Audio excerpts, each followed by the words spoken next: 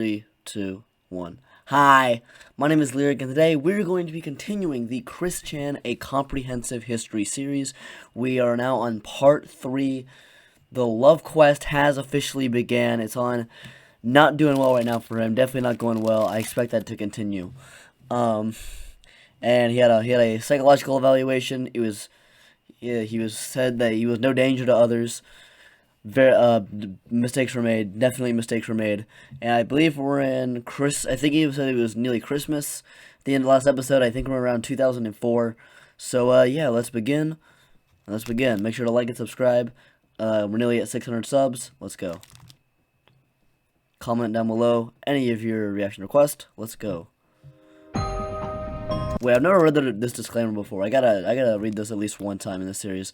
This content is made with the intention of informing and educating inquisitive persons about an often controversial figure by presenting a detailed, factual account of events with minimal spin or twisting of the facts to the best of my abilities. Neither I, Gino Samuel, nor the video itself condone the hostile actions address herein and discourage contact, especially that of a malicious nature, with any person featured in this video. Copyright disclaimer: under Section 107 of Copyright Act of the Copyright Act of 1976, allowance is made for fair use for purposes such as criticism, comment, news reporting, teaching, scholarship, education, and research.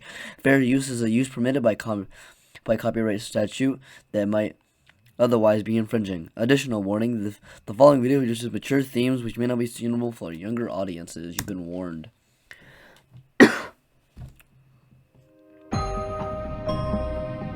What made him this way? What is the attraction?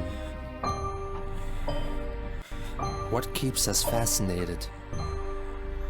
This is the story of Chris Chan.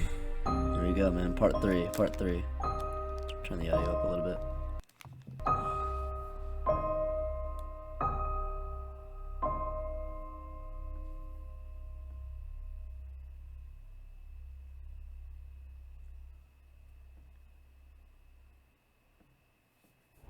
Hello, my name is Christian Chandler, age 22 at this time. I will be 23 on February 24th, 2005. Nice. Anyway, for over a year now, I've been trying to attract an 18 to 22-year-old boyfriend-free girl, 18 to 21 before February 24th, 2004, which is this year. Nice. Anywho, been trying for over a year to attract a girl, boyfriend-free girl, and I have failed. And you know, when you had so many failures at this time, you can't help but feel sad, you know, and depressed. And yet here it is about Christmas time, and well, all I want for Christmas is a boyfriend-free girl. Chris prepares for Christmas 2004 by singing 2 of his songs for the camera. He performs So Need a Cute Girl. Tell me why I so need a cute girl my age. Followed by All I Want for Christmas is a Pretty Girlfriend. All I want for Christmas is a girlfriend. She has to be 18 to 22. Well, at this time of year, all I can say right now is that I hope Santa will comply with my request and bring me a pretty girlfriend. And so, happy holidays from me, Christian Chandler. By the way, you can call me Chris in public. And thank you. Christian whipped his camera out for Christmas Day too, and documented the state of the house at that time.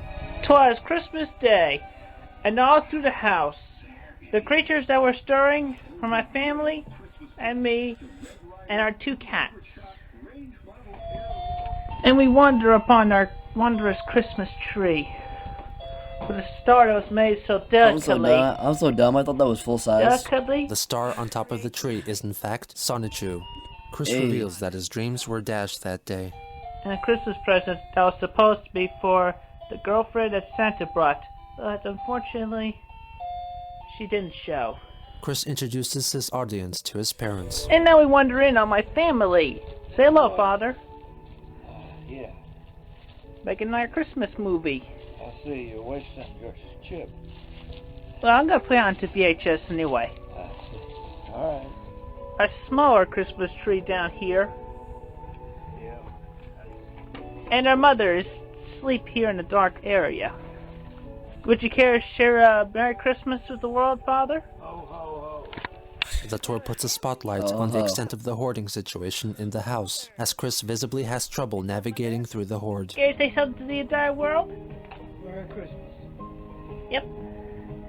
After the tour, Chris documents the gift exchange, revealing the interpersonal dynamics of the family. Okay, yeah, it's recording. So, here we are around the Christmas tree. We're gonna open presents. Hooray, hooray. Chris presents Bob with They're a not card. too Am I excited. supposed to read it? Yes, read it. Am I supposed to read it out loud? Yeah. Read see. to Mom. I want to thank you all for your support and love throughout my fantastic love quest. Pooey. And if Santa doesn't bring me one, no Thomas. Oh no. This is cringe. Oh no. Like I asked him, then I'm going to need some support. Finding Oh, no. support friend. Oh no, I don't want to watch this. Oh no, I can't It'll watch. come, Christian. Hope you all like my present. Okay. Today I'm thinking of Christmas and remembering you all. Merry Christmas, Christian C. Christian gives Bob the option of receiving the Puppet TV show Fraggle Rock on DVD or on VHS. After Christian discreetly implies that he wants to keep the DVD for himself, Bob caves in and chooses to take the VHS. Yes, So you want the VHS. yeah. There you go. I'm not much for the other. DVD. Why do we have it on both? I gave him a choice, remember? You remember he originally wanted DVD? It's Fraggle Rock, Father. That's what's on there. I see. Everything that's on the DVD is on that VHS. VHS worked better than my system. Yeah. Chris presents Barbara with a Lego set. Snowboarding stuff. He gives her a plush doll of the Japanese character Hamtaro. Like a cute Hamtaro. That's cute. Yeah. Who is he? It's a Hamtaro. It's a little hamster. He's a little bitty hamster. The family discuss the possibility of a surprise visit from Sarah. Oh, that's my present for Sarah. Because, you know, she might come over. I wish you would. Well, she did last year, remember? Chris attempts at an embrace with his mother, but ends up hurting her instead. Here, oops, I'm sorry. Don't work my head. I'm sorry. He does it again. 2 boxes together here. I'm sorry. Chris gives Barb another present, a snow globe with him in it. Snow globe. With me in it. Merry Christmas, Robert. It's also got Sonichu in it. Look. See? Me on one side, Sonichu on the other. That's cool. I got it over at Walmart. The snow globe. How about that? Cool? Yeah. That's neat. Merry Christmas. Yep. Merry Christmas. Now we can go back downstairs what you want. Snappy New Year. Yeah. Snappy New Year, huh? Not only counts. Yep. After the gift unwrapping, Christian went back to his room to record a video recapping the events. Well, now this ends our family Christmas of 2004. I did get some nice gifts, but it does not compare to having a boyfriend-free girl that I could make it to a girlfriend.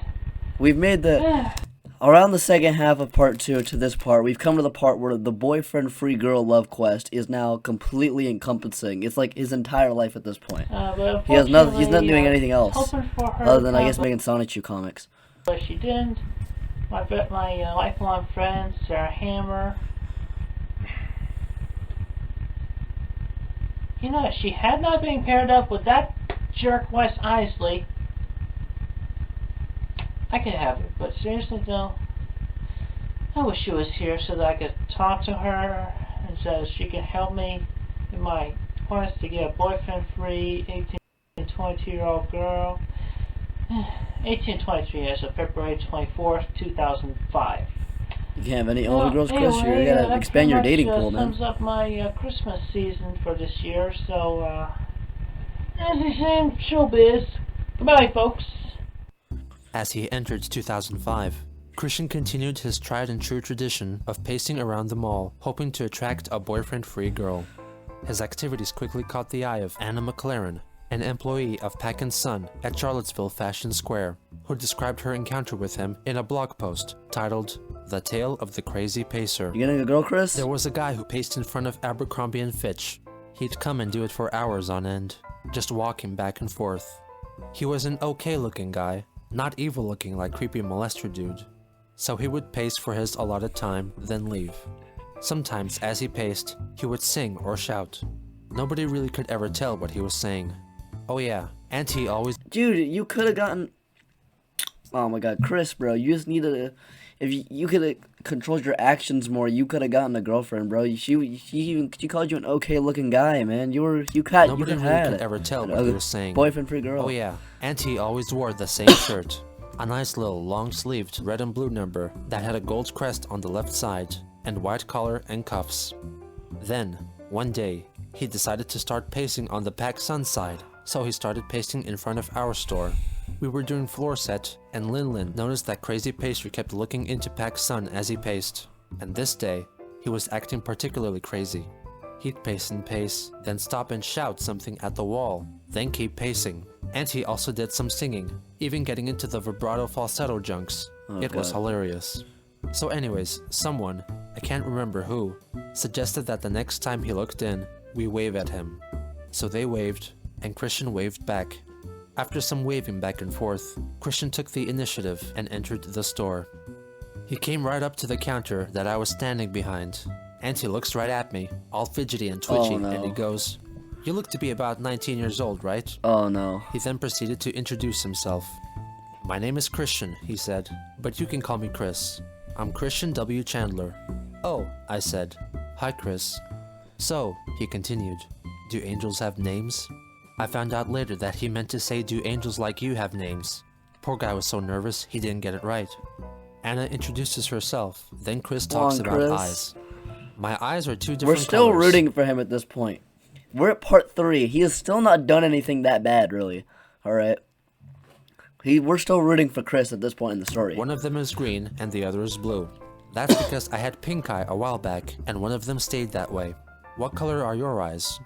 I was pretty grossed out by the pink eye story, but I told him anyway. Sometimes blue, sometimes green, and usually gray. Oh, that's neat. It's funny how that happens, isn't it?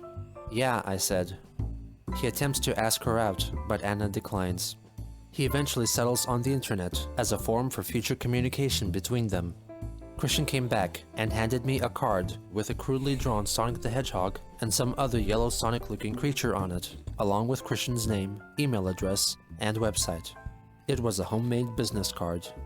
"That's my email address, and you can just email me sometime, okay?" "Okay," I said, not intending to email him at all.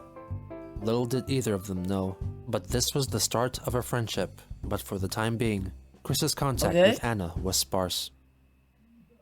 In February, Cartoon Network's Adult Swim block held a contest which asked viewers to make their own commercial advertising the release of the cartoon series Harvey Birdman, Attorney at Law, Volume 1 DVD set. Christian sent in his own unique take, in which he mentions his ongoing feud with Mary Lee Walsh. Hello, I hired Harvey Birdman, attorney at law, to help me, Christian Weston Chandler, in my case against Mary Lee Walsh, who years ago shared my heart. And he has won the case for me, and you have won for me. A Harvey Birdman 2-disc DVD box set, which comes out April 12, 2005. He finishes with a brief promotion of his custom cards depicting himself and Sonichu. This is a Christian Chandler Sonichu production. Regrettably, the winning entry did not feature Chris. In response, he vented his frustration at losing on the Adult Swim message board. Oh no. "My entry was very dramatic, and a lot better than that piece of poo, or any of the others that made the top 5 as well. I'm very upset about that.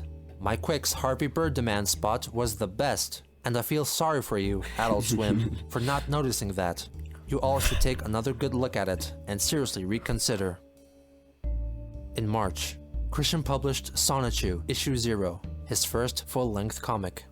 The issue is further divided into episodes, much like a television show, with a different story in each one. Nice. Episode 1 begins in an open field 5 miles from the city of Station Square, in which a wild Pikachu observes fighting in the distance between Supersonic and the perfect Chaos Monster. Pikachu gets caught in the scuffle and collides with Sonic, the impact releasing a rainbow which lands on a girl Raichu 15 miles away, who then transforms into a hedgehog-like creature and calls herself Rosechu. Meanwhile, the Pikachu somehow inherited Supersonic's powers in Nice. changed form and joins Sonic in the battle, defeating the perfect Chaos Monster. He christens himself Sonichu. Christian himself interjects here and there. He draws himself having one blue and one green eye, as he had told Anna. His eyes are in fact different colors, but the difference is nowhere near as profound as in his illustrations. He then proceeds Nice. to introduce Quickville. It's not and that bad of reveals a that drawing he is of also himself, the you know. mayor of said town. He then goes on to introduce all the main characters of the story, including Mary Lee Walsh. He Literal saves himself Satan. for last Jerk off. and devotes a full page to talk about Christian Weston Chandler. The next episode Hold up, no, we gotta read this, man. We gotta read devotes a this. full page to talk about Christian Weston Chandler. Basics, 5'10", born on February 24th, 1982. I am working towards a computer-aided drafting and design degree at Piedmont, Virginia Community College. I am also single, lonely, and I need a girlfriend. To describe myself in real life, I'm a very creative person. I enjoy playing video games, Sonic the Hedgehog, Pokemon, Animal Crossing. I also like to build with Lego pieces, and I enjoy most kinds of music. I am also fascinated with the Transformers. I also play with the Pokemon and Yu-Gi-Oh! Trading card games. Alright. The next episode concerns Sonichu and Rosechu meeting and quickly falling in love, sharing a kiss underneath a spray of fireworks. Nice. In episode 3, Sonichu confesses that he has a dislike for pickles, as does Christian in real life. This is followed by the introduction of the evil foe, Why would you hate Nate Zirk, pickles? whose name is simply Christian, backwards. Nice. After the battle is won, Mayor Chandler drives off in his car, carrying the Virginia vanity plate, Sonichu, identical to the one on his real-life car. What? No, I gotta Vanity go back. plate, Sonichu, identical to the one I gotta respect it. I gotta respect on it. his real-life car. It should be noted that Sonichu refers to Chris as his father, even though his creation has nothing to do with Christian. Nice. The comic ends with a sub-episode starring Chris in a story based on his run-in with the mall police. However, in this version, he clutches his medallion, says Electric Hedgehog Power, and transforms into Chris Chan Sonichu, Oh who my largely God. looks like a blue-colored Sonichu, making him look like the original Sonic the Hedgehog. Meanwhile, the Jerkop equips metal armor. About the jerk Needless off. to say, Chris defeats him by cursing him into experiencing horrendous bad luck by using his Curse Kamehameha attack. Towards the end of March, Hannah, who worked at Starbucks in the Fashion Square, approached Christian during his near-daily pacing and asked him out on a date. After she left, I became very excited and oh my god all over. After calling mom and eating me nuggets, I lifted the chair with such cheer and grace and spun around with it like a dancer. Then I put it back where it was. I felt that my love quest had finally come to an We've end, done it, boys! and I so elated that my shattered heart had a full, fast recovery. I went to Starbucks, and we talked about basic things. I showed her my Sonichu scrapbook. She was very impressed. Let's go, boys. I gave her my email and both my phone numbers on a Sonichu site card, and she gave me her email address. I was very attentive as I took notes about her and maintained eye contact. Let's go! As I left her, I Eye contact, very impressive for someone with autism. gave her a double-take flirt. That was the rise. Now here comes the fall. Uh-oh. As I was sitting at my spot, thinking about future steps for later dates, Oh no. Anna and Dana told me they went to talk to Hannah. She told them that she was setting me up in a prank. I could not No! believe it, so I found and asked Hannah. Sadly, No, my it was boy! true. I should have known. Who in their right mind would actually ask Chris Chan on a date? For real. Yeah, I should have known. Then I in should have major known. shock, my heart shattered again by 85%, and I let out a big no. His outburst of negation You just know that he actually did that. Just actually just yelled out, no, like really. Like really cartoony. resulted in Chris getting banned from the mall again. He No. devoted the second sub-episode to this misadventure. Not long after, he completed his second Sonichu comic, Sonichu Issue 1. Pokemon's Giovanni teams up with Sonic villain Dr. Robotnik to create their own Sonichu in order to defeat the real thing. Unfortunately, a blunder causes Sonichu's DNA sample to get corrupted with cherry cola. producing an imperfect replica of our hero, called Black Sonichu, also known as Blotchu. Blotchu Alright. captures Rosechu, so Sonichu and Sonic team up to rescue her. After combating Blotchu and the new Metal Sonichu, they eventually save Rosechu.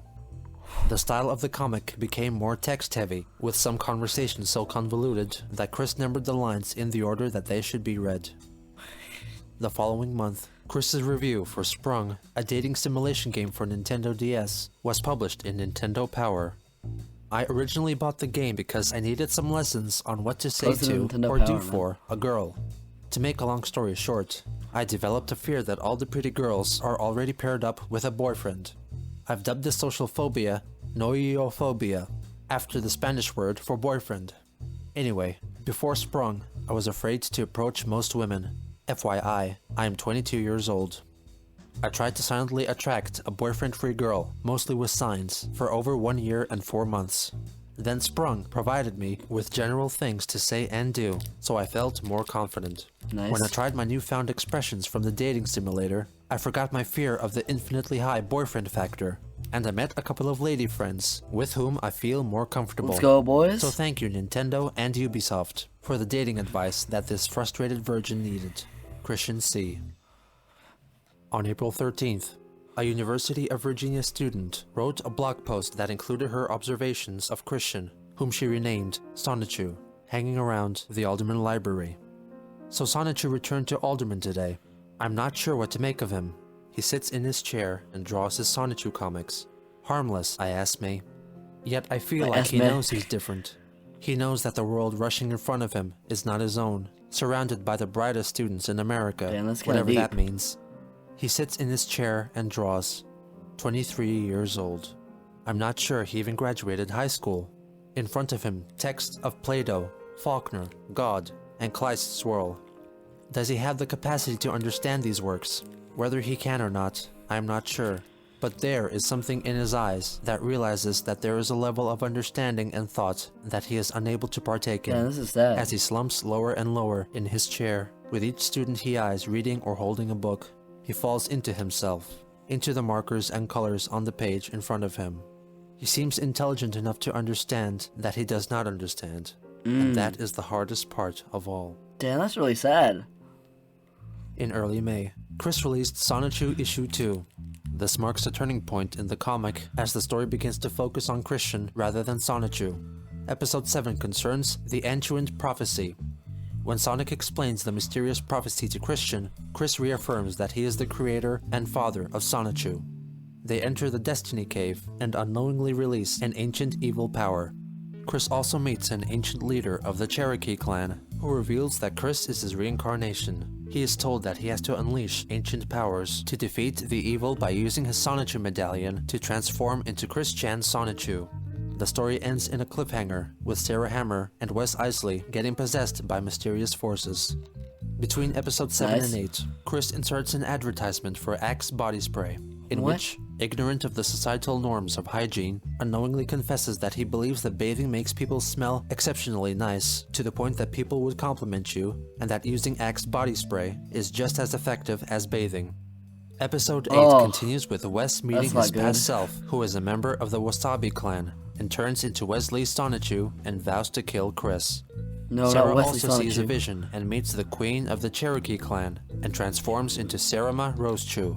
Nice. Meanwhile, Chris Chan Sonichu accidentally transforms back into his human self, leaving him vulnerable to attack from Wesley Sonichu, who turns himself into a ball and goes for a flying attack, prompting this exchange from the protagonists.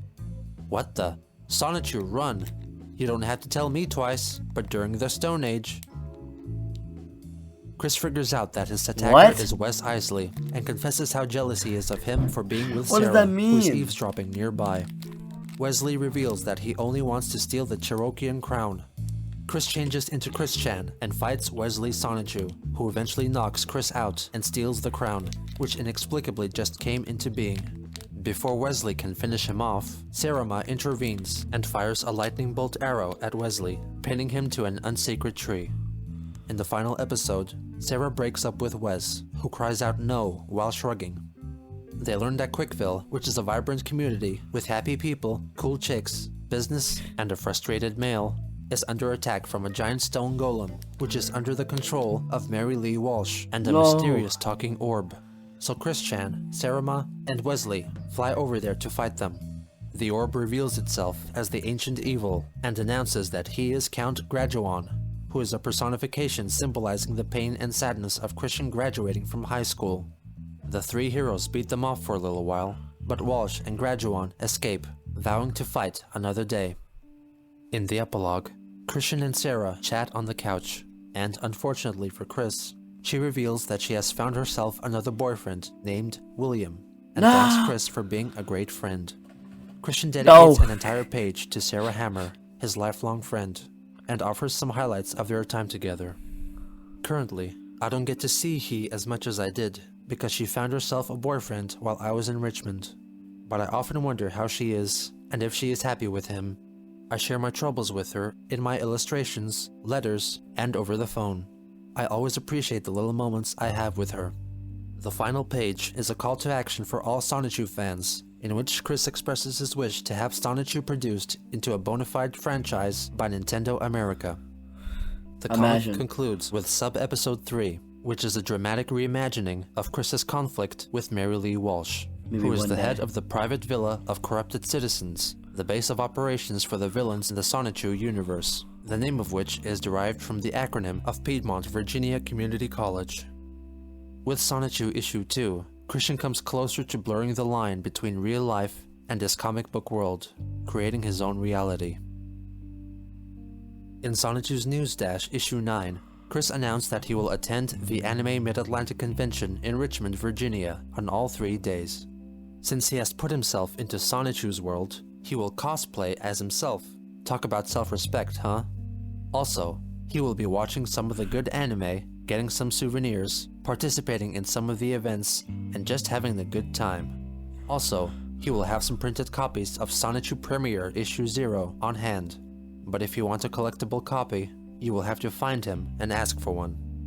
He stayed 2 nights alone in a hotel room, and during the convention, he handed out copies of Sonichu Issue 0 to unsuspecting attendees. On June 22nd, for a good bit Christian now, recounted the events of the past 2 days. It's like Superman #1. I had my setup at the McDonald's at Walmart, and apparently complaints were made. The 2 managerks, or manager jerks, a senior comic, and a black fat jerk. He looked a lot like the leader of the jerk cops at the mall, whom I refer to now as the jerk chief, approached me and took me for a fall with my trying to find a boyfriend-free girl, like I have been doing for the past over 1 year and 10 months. We argued and disputed until the 2 of them left to call the police. While they were gone, I had taken off the sign from my Nintendo DS and hidden it on the back cover of my diary. When the jerk cops came, they were all like, "What seems to be the problem?" And the married Saynor comic was like, "Where's the sign?" And I was, "What sign?" And another argument was had between the 4 of us, in which I never gave any of those jerks eye contact, because none of them deserved it. So, I got kicked out from the McDonald's, not the Walmart, for the rest of the day. Now for what happened today. I was starting to set up my things, and the B manager was getting in my face. I feel that he really hates me. And he was like, "Don't set up your stuff. Don't push me." I was not going to use the Nintendo DS sign today anyway, but he did not want my pixel block sculptures at all. I stood up against that manager. I continued to build, and I dictated my situation into his face with a song and dance. Oh no. He went up to the Walmart manager, and he was like, "Hey, let's talk." But I sat silent for a minute. Then I said to him, "I do not speak to any man other than myself, because they all have taken all the pretty girls, leaving me with none." Verbal combat had started, and during the fight, I ran off, still giving verbal punishment, as well as the finger, and many Kamehamehas. I nearly backed up onto him with my car, and I gave him another finger. God. Then I dashed off. Now, I feel sad, because I've nowhere else to go to attract a boyfriend-free girl. And I feel very furious with those managers and all men other than myself and my father.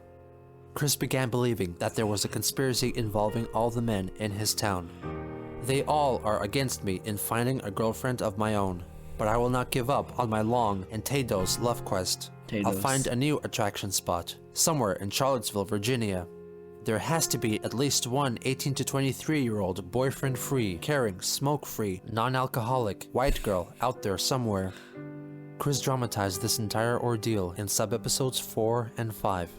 But his adaptation also featured the manifestation of his dream sibling, Crystal, his twin sister. A mere month later, he caused more trouble, but this time at Target, where he sat waiting to encounter a boyfriend-free girl for hours, taking gross advantage of the free refills at his disposal. I was at the new Target store, just hanging around, not bothering anyone. And, from out of the blue, these two managerks asked me to leave because they said I was loitering. I was not. I was there hoping to find an 18 to 23-year-old boyfriend-free girl like I usually do.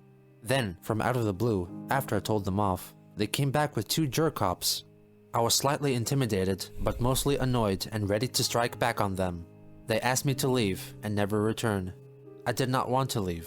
I would have left peacefully. In fact, I was ready to go. But I had a prepared speech to say to them stupid jerk-cops.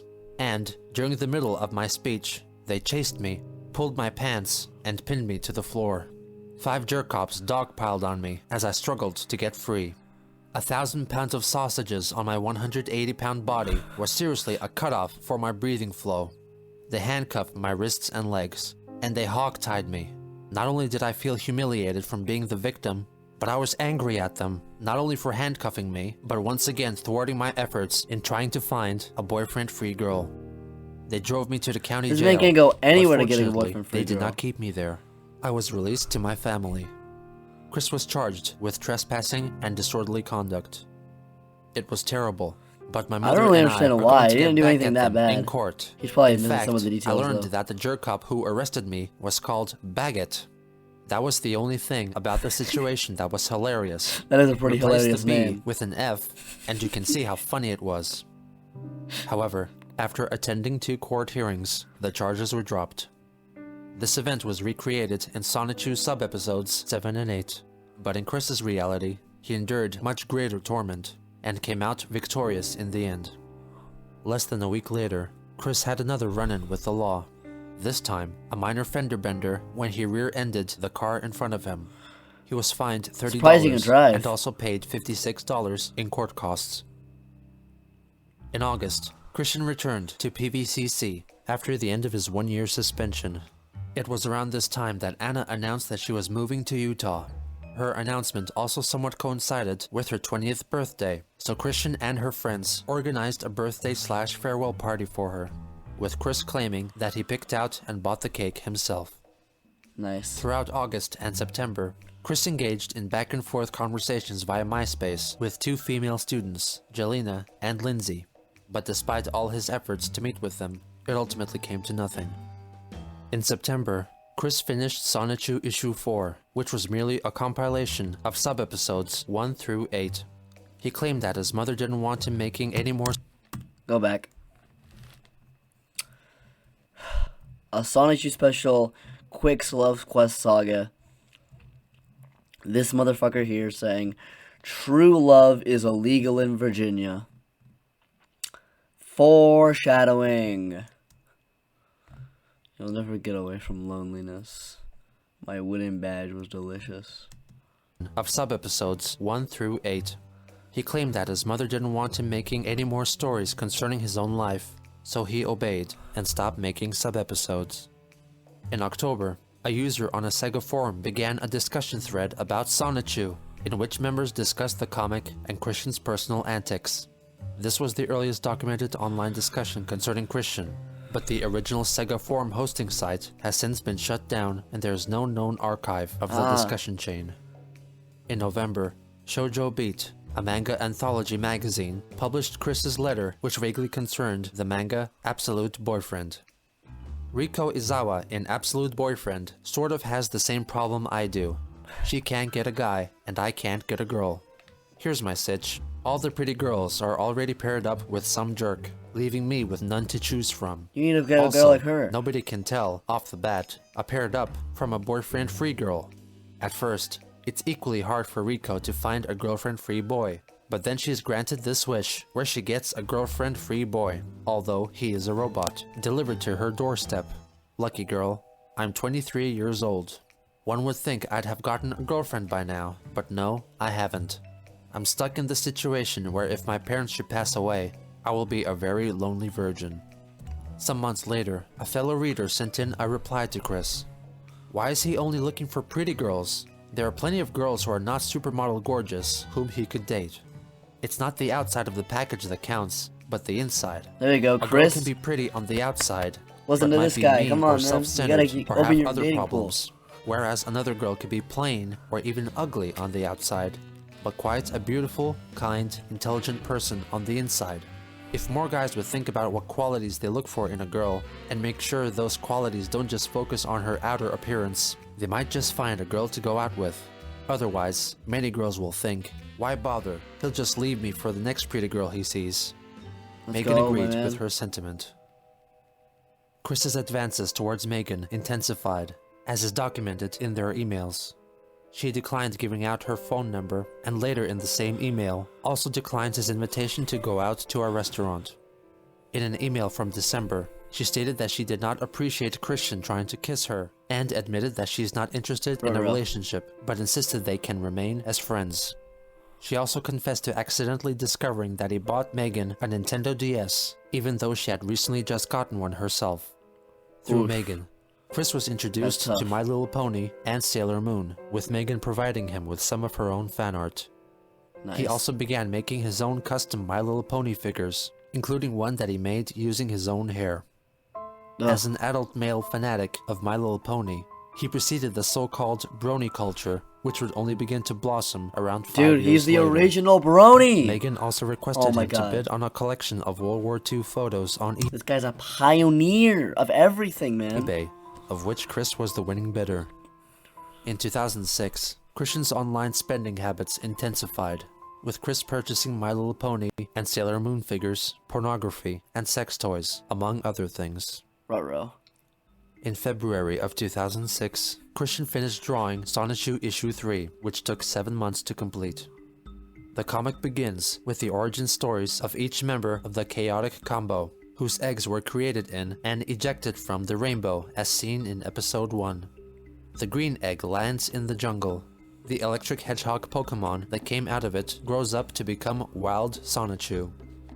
The blue egg lands in the ocean and is rescued by the Pokemon Swampert, which takes it to the beach just in time for it to hatch and become Bubbles Rosechew. The white egg lands in front of a church, and out of it hatches Angelica Rosechew, who is raised by nuns. Mystifyingly, after she evolves into her final form overnight, Christian is outside her window, bringing her a scrunchie and a pair of shoes as a gift. The red egg crashes into Nabe's dojoshin and hatches.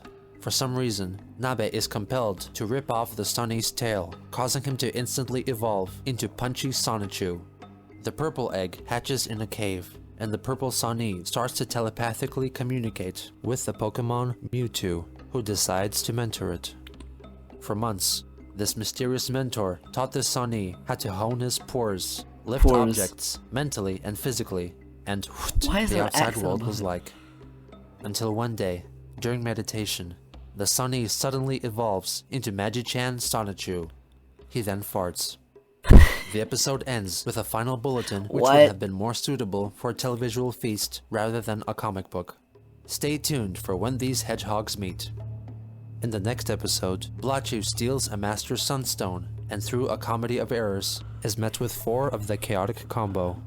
Eventually, the 5-member troupe teams up with Sonichu and they take down Blachu, leaving him in a bloody mess, accompanied by a tweet sound effect, commonplace in cartoons. The comic closes with a fake ad for a call service that would send one of the 2 single men in the world a beautiful girlfriend or a monkey.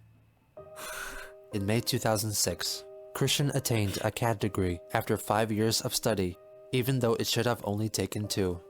For the graduation ceremony, he decided to wear the robe from his high school graduation instead.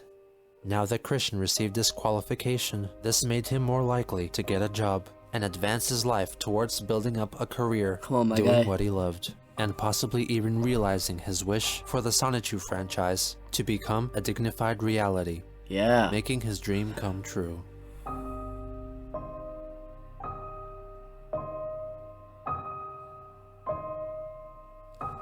that it? Alright, that is the end of part 3. The love quest is still continuing. It's just getting worse and worse. We got Sonichu becoming a full-blown comic series, and he has graduated from college now. And yeah, we're going to see how this continues in part 4, but for right now, make sure to leave your request down below, like and subscribe, and bye.